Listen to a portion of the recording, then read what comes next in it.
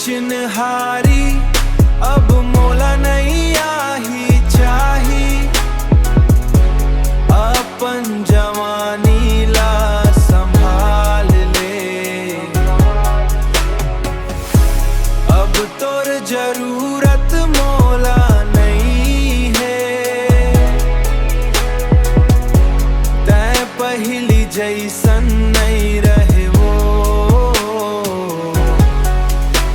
उमरिया वाला छोड़ के खुश नहीं रहस, बहुत नाव कमाए ले त जगमा, बहुत झन के दुलार पाए ले। सोना के महल मां रही थस अब तैं, फिर तोर मन अकेला होगे, अकेला होगे।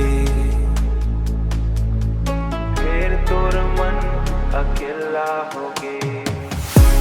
तोर चिन्हारी अब मोला नहीं आही चाही, अपन जवानी ला संभाल ले। अब तोर जरूरत मोला नहीं है, तै पहली जैसन नहीं रहे वो। सोना के महल मां रही थस अब तै, सोना के महल मां, फिर तोर मन